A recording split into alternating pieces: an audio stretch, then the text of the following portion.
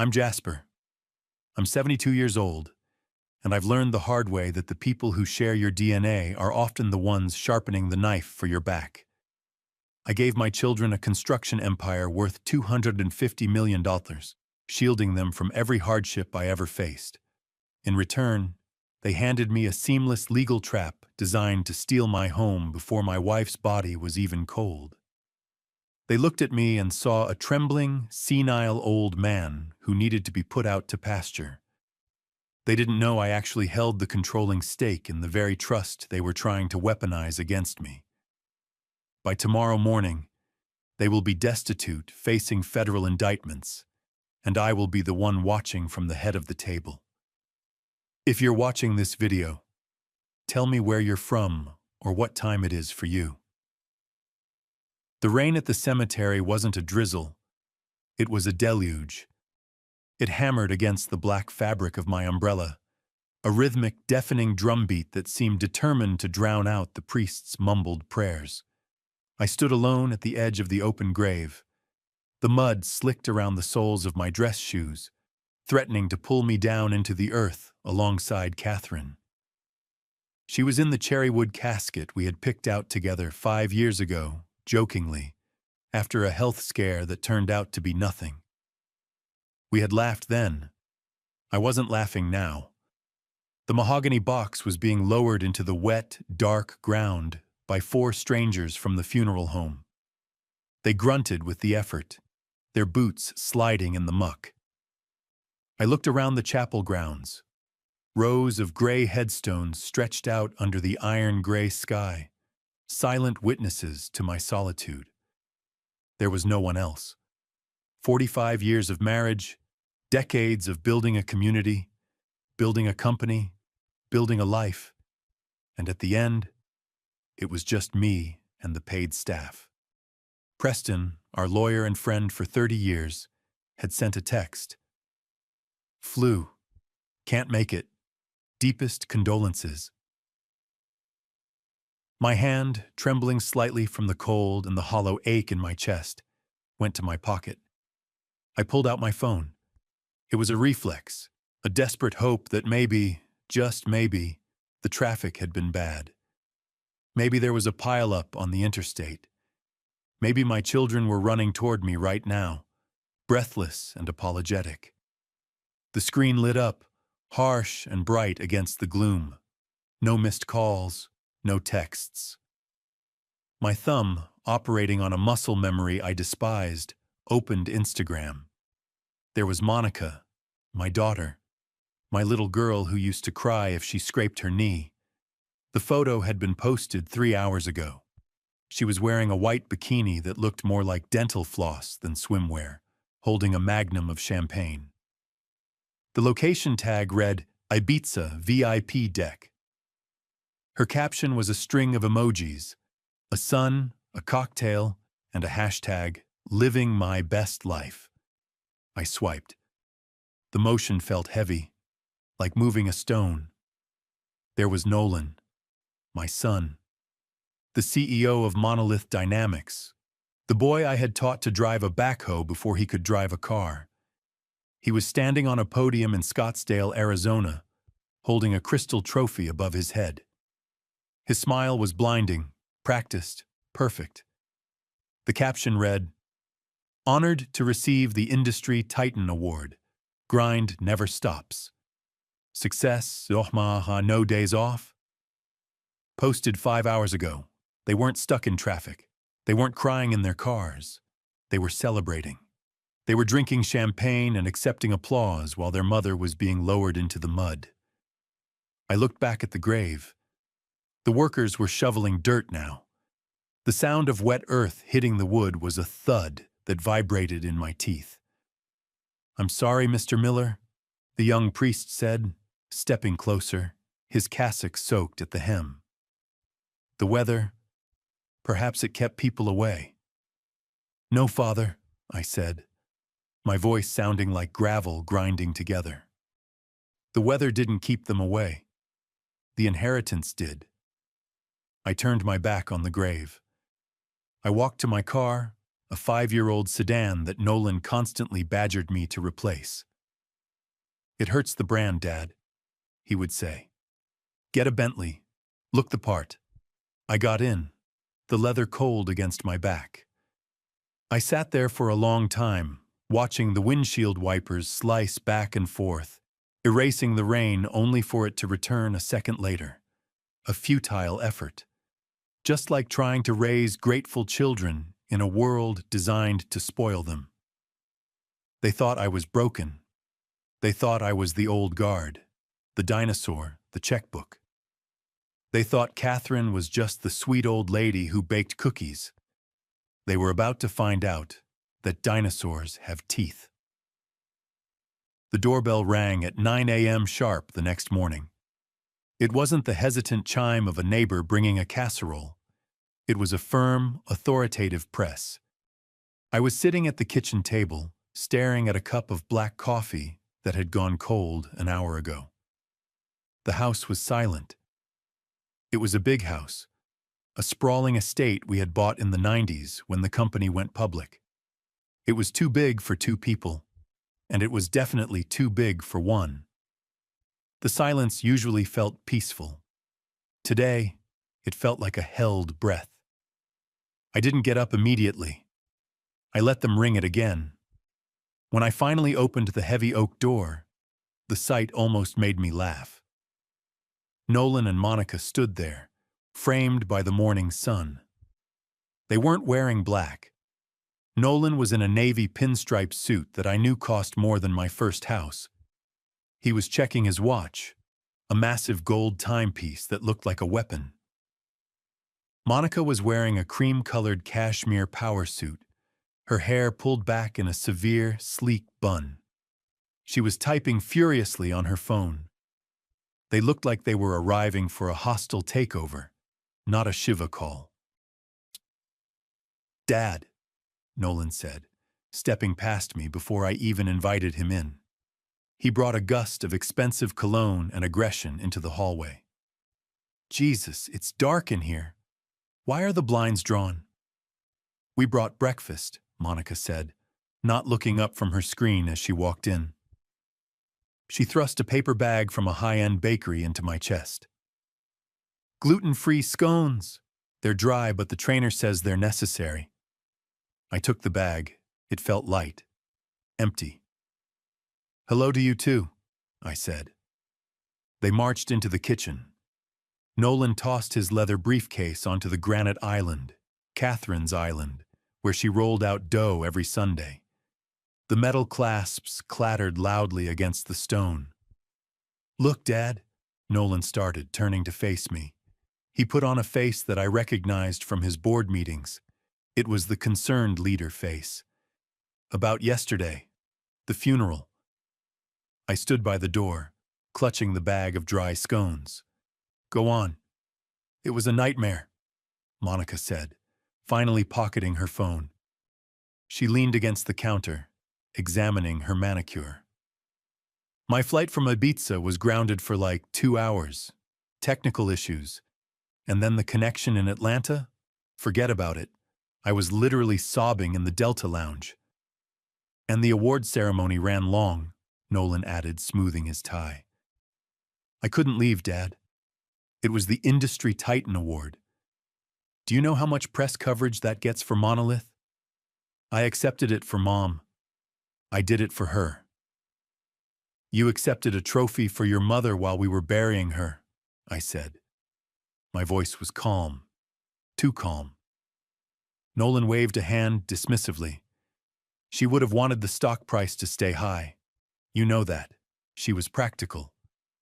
"Practical," I repeated.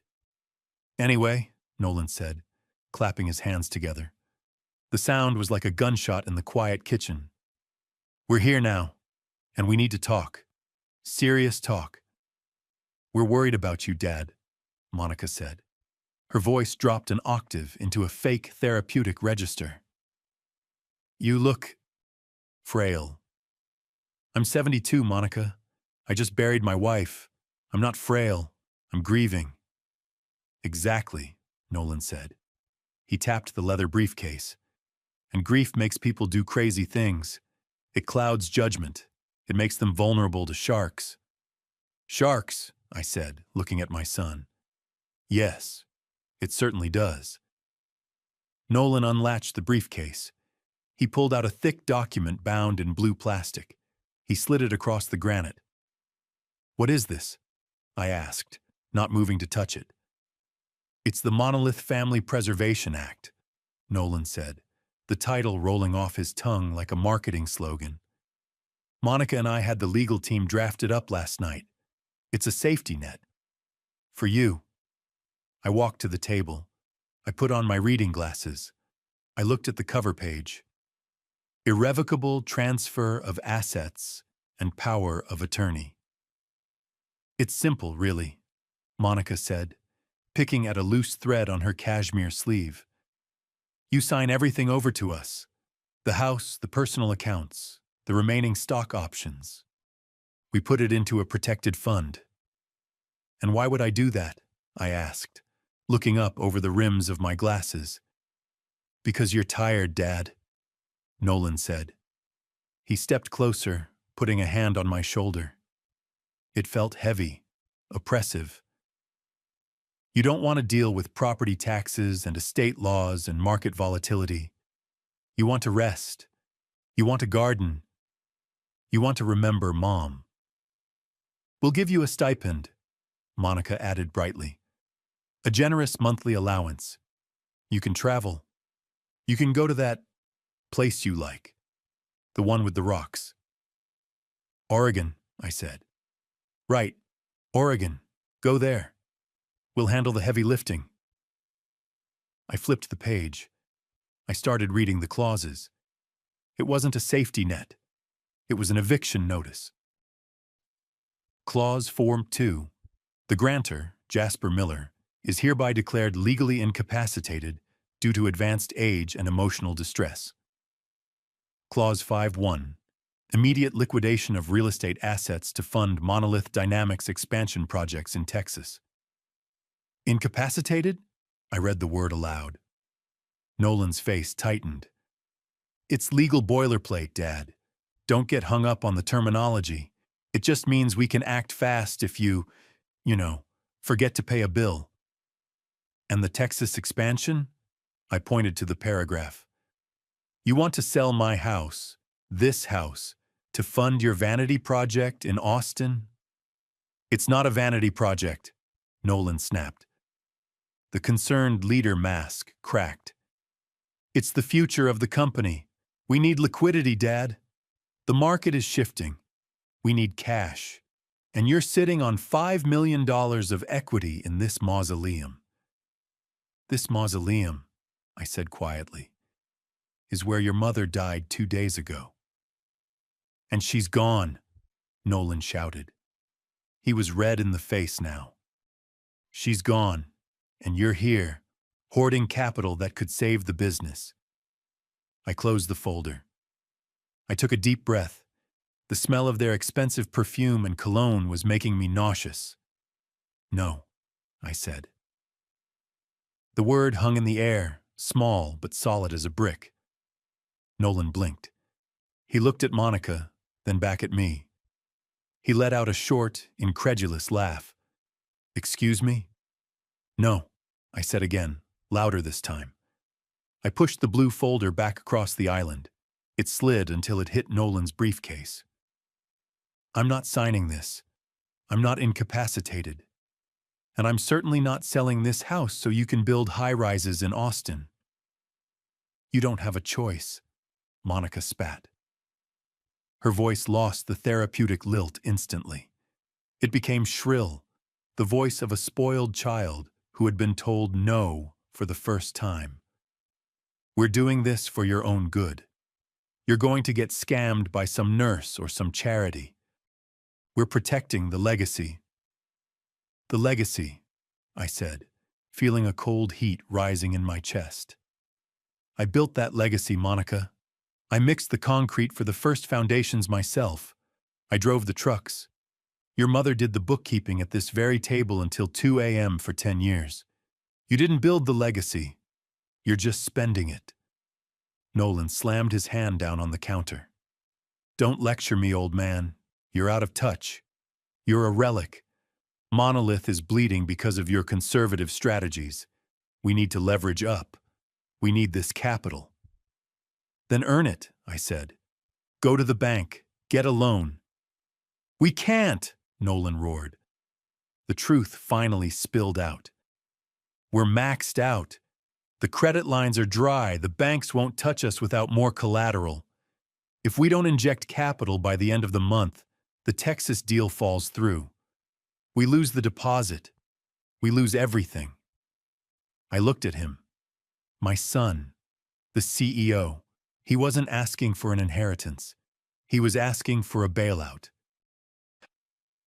So you came here, I said, my voice trembling with a rage I hadn't felt in decades. Not to mourn your mother, but to strip mine your father. We're saving the family, Nolan yelled. He leaned into my face. And you are going to sign, because if you don't, I will have you declared incompetent in court. I have the lawyers. I have the doctors. I will paint you as a senile, grief-stricken lunatic who is a danger to himself. I will put you in a home, Dad. A nice one, but a locked one. I stared at him. I saw the cruelty in his eyes, a cruelty that had been hidden under layers of private schooling and country club manners. Get out, I whispered. What? Get out of my house, I shouted, pointing at the door. Take your dry scones and your fraudulent papers and get the hell out of my house. Nolan grabbed his briefcase. His face was purple. You're making a mistake. A massive mistake. We're filing the petition tomorrow morning, Monica screamed as she backed toward the door. You have 24 hours to sign, or we do it the hard way. I'll see you in court, Nolan hissed. They slammed the door so hard the windows rattled. I stood in the kitchen, the silence rushing back in like a floodwater. My hands were shaking uncontrollably. I gripped the edge of the granite island to steady myself. I wasn't just grieving anymore. I was at war. I waited 10 minutes until my heart rate dropped below a gallop. Then I walked to my study. I sat at the heavy mahogany desk that had belonged to my father. I picked up the landline. I still kept one, and dialed a number I knew by heart. Preston. He picked up on the second ring. Jasper, I wasn't expecting... Cut the crap, Preston, I said. I know you don't have the flu. You never get sick. There was a long silence on the line. Then a heavy sigh. I couldn't face you, Jasper. Not at the funeral. Not with what I know. What you know. I gripped the phone tighter. Nolan and Monica were just here. They tried to force me to sign a power of attorney. They threatened to have me committed. They said they needed liquidity for Texas. It's worse than Texas, Jasper, Preston said. His voice sounded old, tired. They're underwater. Deep. Nolan has been leveraging the company assets for personal loans. Shadow loans. He's been cooking the books to hide the losses from the board. He needs your personal assets to plug the hole before the quarterly audit. You knew? I asked, the betrayal stinging like a slap. You're the family attorney, Preston. Why didn't you tell me? I couldn't, Preston whispered. Attorney-client privilege, but not with Nolan, with Catherine. The room seemed to spin. Catherine? What does Catherine have to do with this? She came to see me, Preston said. 6 weeks ago, right after the terminal diagnosis was confirmed. She knew Jasper. She had found the bank statements. She knew Nolan was stealing. She knew Monica was charging her brand trips to the company accounts. And she didn't tell me. She wanted to protect you, Preston said. She said you would just pay it off. You would bail them out to keep the peace. You would sacrifice your retirement to save them from their own greed. She said you were too good a father to see them for what they are. I closed my eyes. She was right. I would have. But here's the problem, Jasper, Preston continued. When she came to me, she asked me to draft a new will, a trust, one that cut them out completely, one that transferred everything, her half of the house, her 51% controlling interest in Monolith, to a secure entity. Did you do it? I couldn't, Preston said, his voice breaking. Nolan, he has leverage on me, Jasper. A mistake I made 10 years ago. He threatened to expose it if I helped her. He forced me to recuse myself. He thought that would stop her. So she didn't do it? My heart sank. She fired me, Jasper, Preston said. She looked me in the eye, told me I was a coward, and she fired me. And then she made me swear, on my life, that I wouldn't tell you anything until after the funeral, until you had seen them for what they truly are. She said, Jasper needs to see the teeth before he picks up the gun. Who did she go to? I asked. If not you, who? She found someone, Preston said. Someone outside the circle, someone nasty. A specialist in elder law and fraud. Her name is Ms. Dante. Dante? I didn't know the name. She's not a country club lawyer, Jasper. She operates out of East Hastings. She's a street fighter. Catherine left a package with her. She said, tell Jasper to go to Dante when the wolves come knocking. They knocked this morning, I said. Then go, Preston said. Go now. And Jasper? I am so sorry. I hung up the phone. I didn't have time for his apologies. I grabbed my car keys. East Hastings was not a place where you saw Bentleys. It was a landscape of cracked pavement, chain-link fences, and warehouses that had been converted into cheap office space. I drove slowly, checking the addresses. Finally, I found it. A squat, gray cinder-block building wedged between a bail bondsman and a liquor store. There was no sign, just a steel door with a security camera pointed directly at the welcome mat. I parked the sedan. I felt ridiculous in my funeral suit. I walked to the door and buzzed. Yeah? A voice crackled through the intercom. Female, raspy. I'm Jasper Miller, I said. Preston sent me. There was a buzz and the heavy lock clacked open. Inside, it wasn't a law office. It looked like a bunker. Filing cabinets lined the walls like fortifications. There were no windows. The lighting was fluorescent and harsh. In the center of the room sat a metal desk that looked like it had survived a war. Behind it sat Ms. Dante. She was a small woman, maybe in her late 50s, with hair the color of steel wool cut short and sharp. She wore a black blazer over a t-shirt, and her eyes were dark, intelligent, and utterly unimpressed. She was smoking a vape pen, blowing clouds of mint-scented steam toward the ceiling. Mr. Miller, she said, not standing up. You're late. Your wife said you'd be here yesterday. I was at a funeral, I said, stepping into the room. And then I was being extorted by my children. Dante smirked. It wasn't a nice smirk. Predictable. Did they use the incapacitated threat? Yes. Did they bring the fake tears? Yes. Did they threaten the nursing home? Explicitly. Dante nodded. She opened a drawer in her metal desk and pulled out a thick, padded envelope. She tossed it onto the desk. It landed with a heavy thud. Your wife was a smart lady, Mr. Miller. Scariest woman I ever met, and I represent cartel wives. Catherine? I blinked. Am I Catherine? She came in here dragging an oxygen tank, sat in that chair, and laid out a forensic audit of your son's embezzlement that would make the IRS weep, Dante said. She didn't want a will. She wanted a weapon. I stared at the envelope. What is it? That, Dante said, pointing with her vape pen, is the Monolith Trust. She transferred her 51% controlling interest, her half of the real estate, and her liquid assets into it 3 weeks ago. I notarized it. I filed it. It's ironclad. And who is the beneficiary? Technically, a charitable foundation for victims of financial abuse, Dante said. But the trustee, the guy with the absolute unchecked power to hire, fire, liquidate, and manage the assets? She looked at me. It's you, Jasper.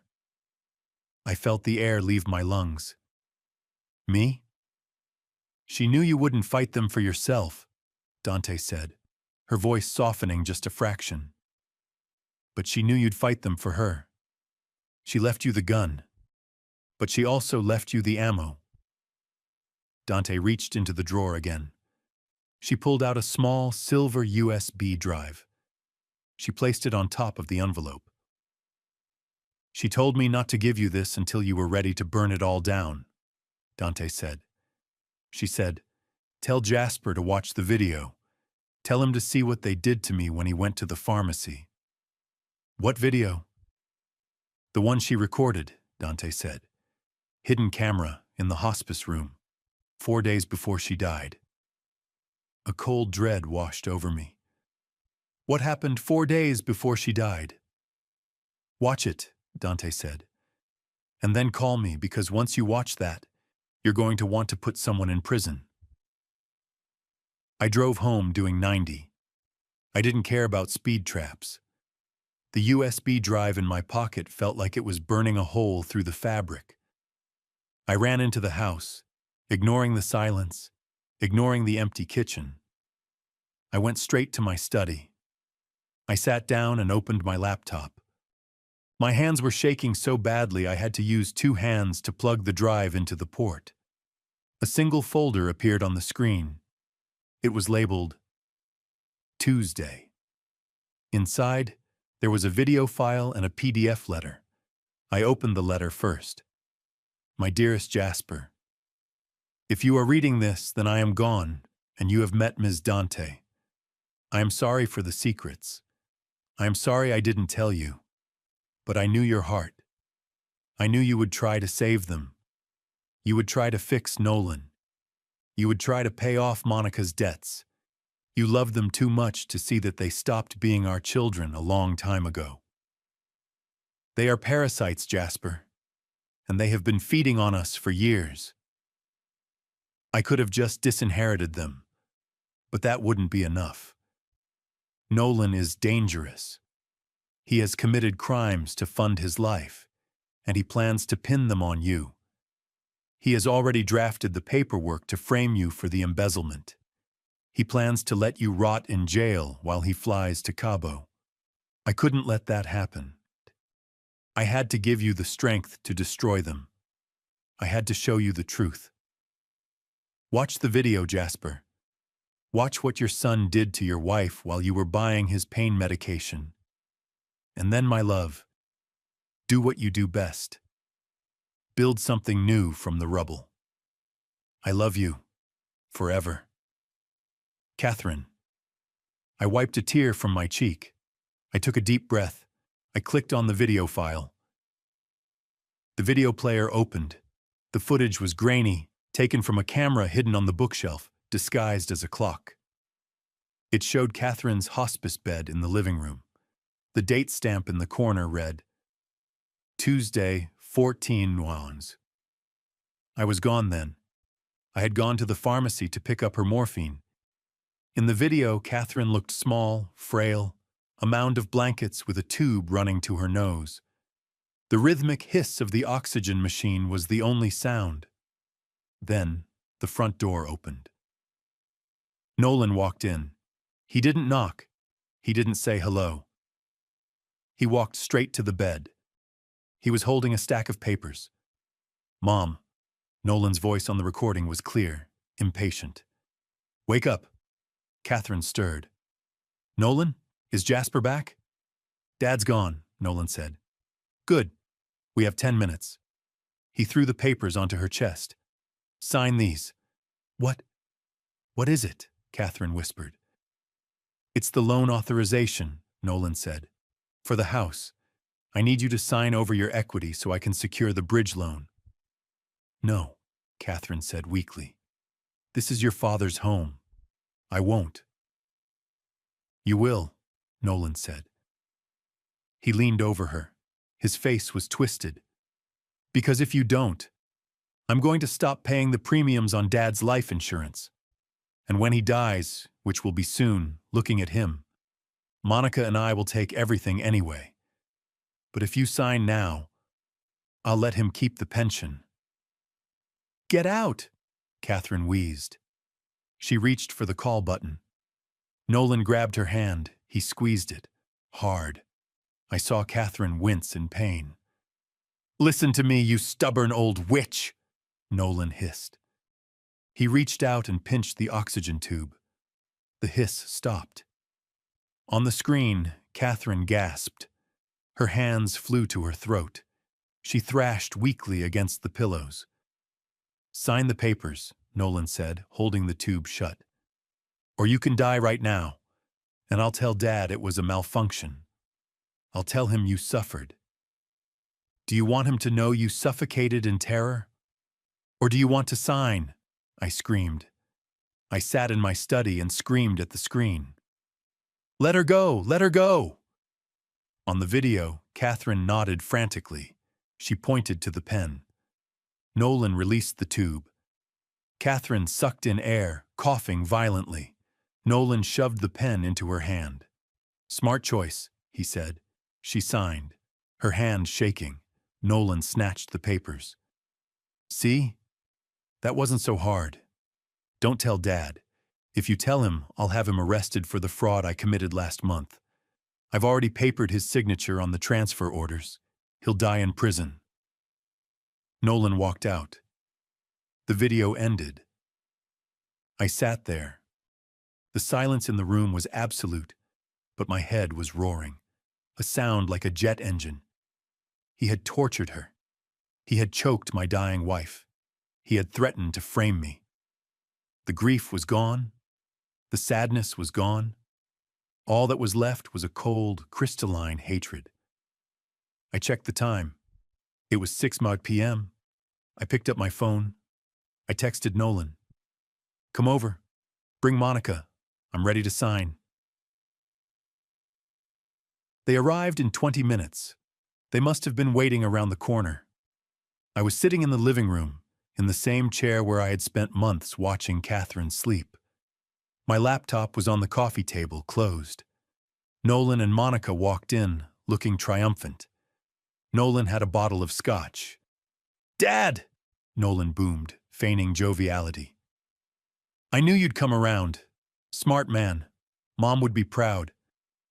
We brought a toast, Monica said, eyeing the furniture as if measuring it for an auction. To the future. Sit down, I said. They sat on the sofa opposite me. Nolan poured 3 glasses of scotch. He pushed one toward me. So, Nolan said, pulling the Monolith Family Preservation Act out of his briefcase again. Just need a signature on page 4 and initials on the rest. You threatened her, I said. Nolan paused, the glass halfway to his lips. What? You threatened your mother, I said. On Tuesday, when I was at the pharmacy. Nolan laughed, a nervous, ticking sound. Dad, you're confused. The grief. You pinched her oxygen tube, I said. Nolan went still. Monica looked at him, her eyes widening. Nolan? What is he talking about? He's hallucinating, Nolan said quickly. Dad, stop this. Sign the papers. You told her you would frame me for fraud, I continued, my voice rising. You forced her to sign the loan documents under duress. That's a lie, Nolan shouted, standing up. Prove it. You have nothing. You're a crazy old man. I reached forward and opened the laptop. I hit the space bar. The video began to play. The sound of the hissing oxygen filled the room. Then Nolan's voice. Listen to me, you stubborn old witch. Monica gasped. She put her hand over her mouth. She watched, horrified, as her brother pinched the tube. She watched her mother suffocate. "Oh my God," Monica whispered. She looked at Nolan with genuine revulsion. "Nolan, you did that?" Nolan was staring at the screen. His face was pale, then red, then a terrifying shade of purple. "Turn it off," he growled. "No," I said. "Watch it. Watch what you are." "Turn it off!" Nolan lunged. I wasn't expecting the violence. I expected him to crumble. I expected him to beg. But Nolan was a cornered animal. He leaped across the coffee table, scattering the Scotch glasses. He grabbed the laptop.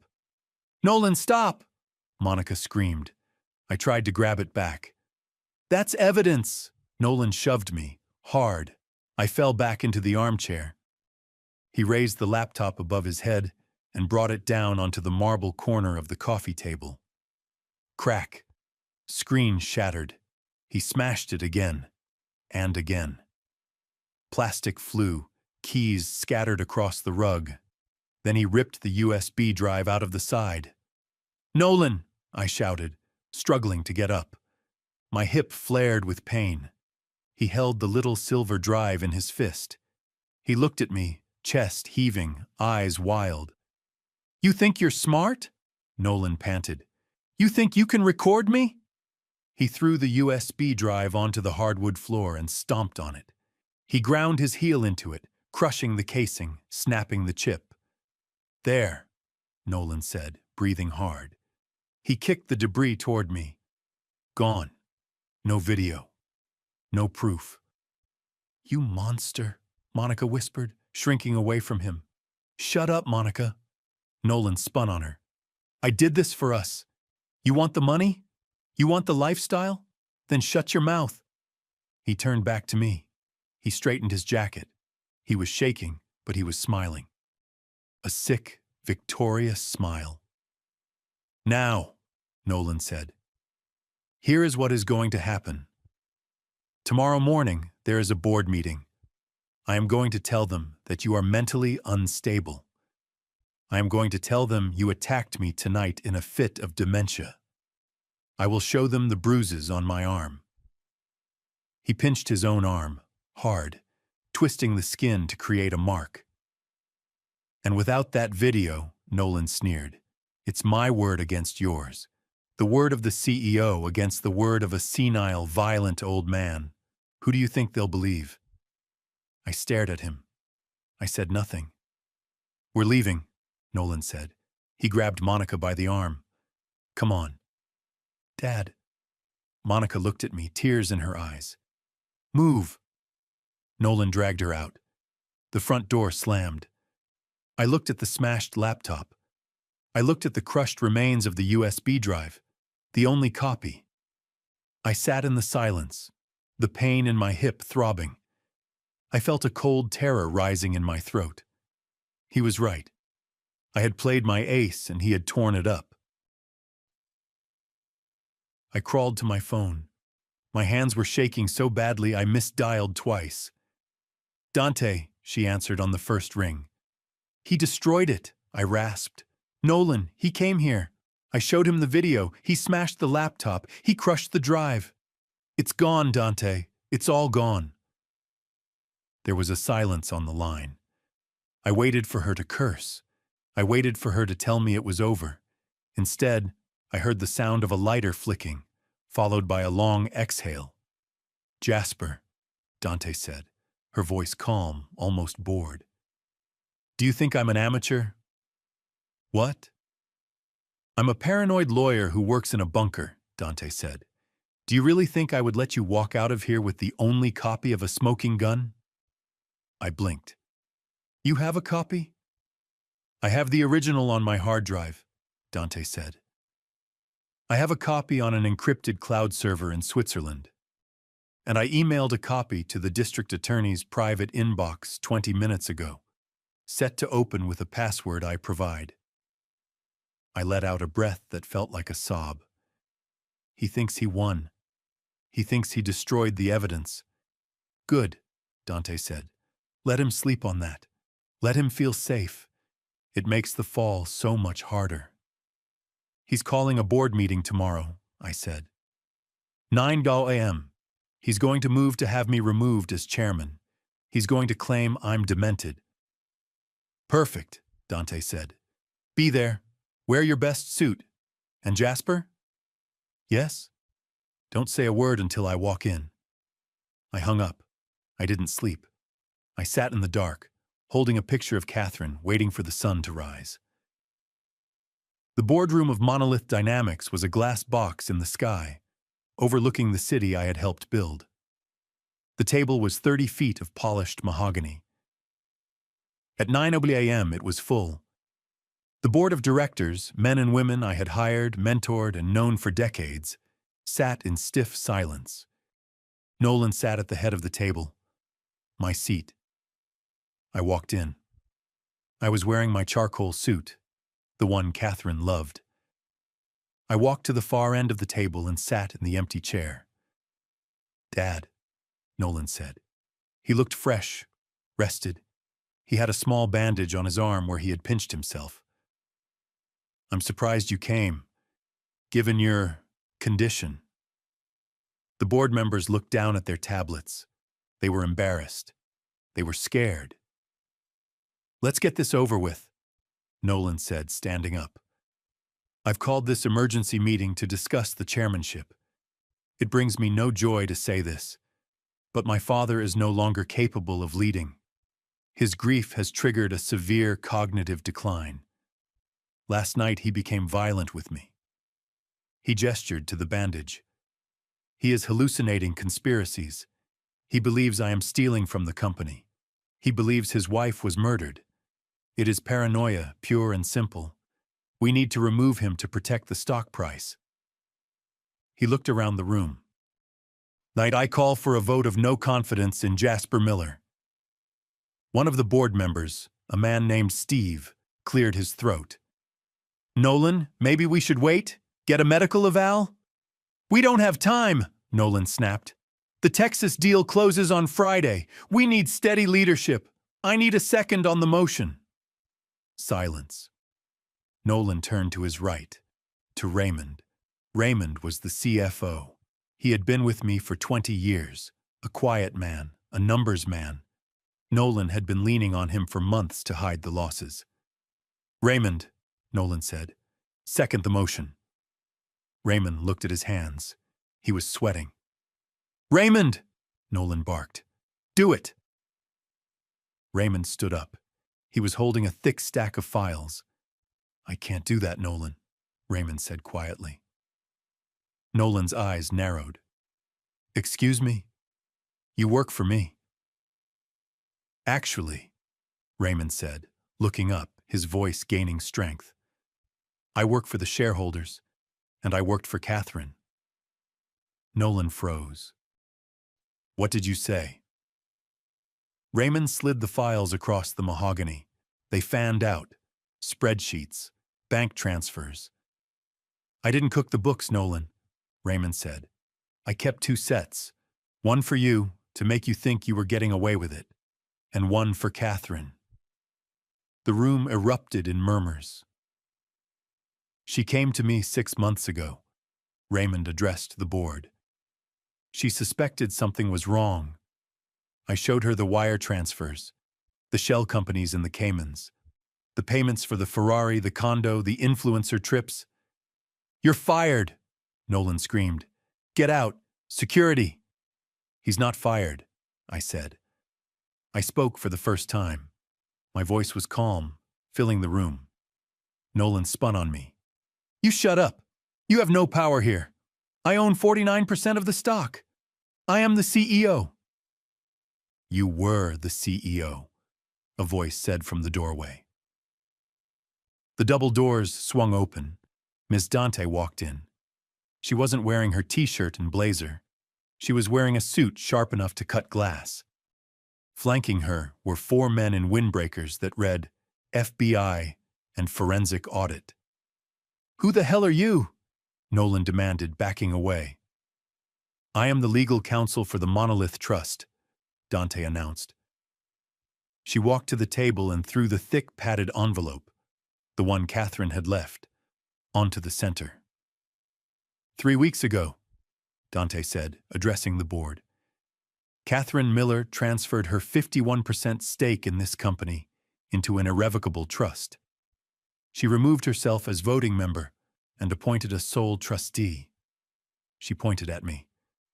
Jasper Miller controls 51% of this company. He is the majority shareholder. He is the board. Nolan's face went white. That's fraud. She was coerced. We have the notary logs, Dante said. And we have the video of who actually did the coercing. She nodded to the FBI agents. They stepped forward. Nolan Miller, the lead agent said. We have a warrant for your arrest. Charges are wire fraud, embezzlement, elder abuse, and extortion. No, Nolan whispered. He looked at me. Dad, help me, it's a mistake. I stood up. I walked the length of the long table until I was standing right in front of him. You pinched the tube, Nolan, I said softly. Nolan's eyes widened. He realized then. He realized the laptop wasn't the only copy. Dad, please, he begged. Tears, real tears this time, welling in his eyes. I'm your son. No, I said. My son died a long time ago. You're just a thief. I turned to the agent. Take him. They cuffed him right there in the boardroom. He screamed as they dragged him out. He screamed threats. He screamed apologies. He screamed for his mother. But his mother wasn't there to save him. 2 hours later, the news hit. Monolith CEO arrested. The stock dipped, then stabilized when the board issued a statement that the founder was returning as interim chairman. I was sitting in Nolan's office, my old office, when Dante walked in. She had a file in her hand. What about Monica? I asked. The feds are at her condo now, Dante said, since she knowingly used corporate funds for personal expenses, and we have the texts proving she knew. She's being charged as a co-conspirator. Her assets are frozen. The condo, the cars, the jewelry. It's all being seized to pay back the company. She'll be homeless, I said. She can get a job, Dante said. I hear Starbucks is hiring. I looked out the window at the city. It was raining again. Did we win? I asked. Dante lit her vape pen, ignoring the no smoking sign. Your company is safe. Your house is safe. The people who tortured your wife are going to prison. Yeah, Jasper. We won. It didn't feel like a victory. It felt like a surgery. Necessary, painful, and leaving a scar that would never fade. It took a month to clear the house. I hired movers to take everything that belonged to Nolan and Monica. The nursery furniture from when they were babies, the trophies, the old clothes. I donated it all to charity. I couldn't bear to look at it. I put the house on the market. The mausoleum, Nolan had called it. Maybe he was right. It was a museum to a family that didn't exist anymore. I visited the cemetery one last time before I left. The grass had started to grow over Catherine's grave. You were right, I told the headstone. They were wolves. But you were a lion. I placed a white rose on the dirt. I'm going to the coast, I said. I'm going to watch the waves. I'm going to rest, Catherine. Finally. I live in Oregon now, a small cottage on a cliff overlooking the Pacific. The air here smells of salt and pine. It's cold, but it's a clean cold. I sold the controlling interest in Monolith to the employees. It's an ESOP now. Raymond runs it. He sends me reports, but I rarely read them. Nolan is serving 10 years. Monica got probation and community service. She works at a Sephora counter in the mall now. She writes me letters asking for money. I don't open them. I sit on my deck, wrapped in a blanket, watching the gray waves smash against the black rocks. They are relentless. They erode everything eventually. I learned that blood isn't thicker than water. Blood can be toxic. Blood can rot. But love, real love, the kind Catherine had, that is stone. That endures. I sip my coffee. I listen to the ocean, and for the first time in 40 years, I am free. If this story resonated with you, leave a like and consider subscribing. You can also drop any comment below, even just one word. Maybe tell me where you're watching from, or what time it is right now. Sometimes one word is enough to say you were here.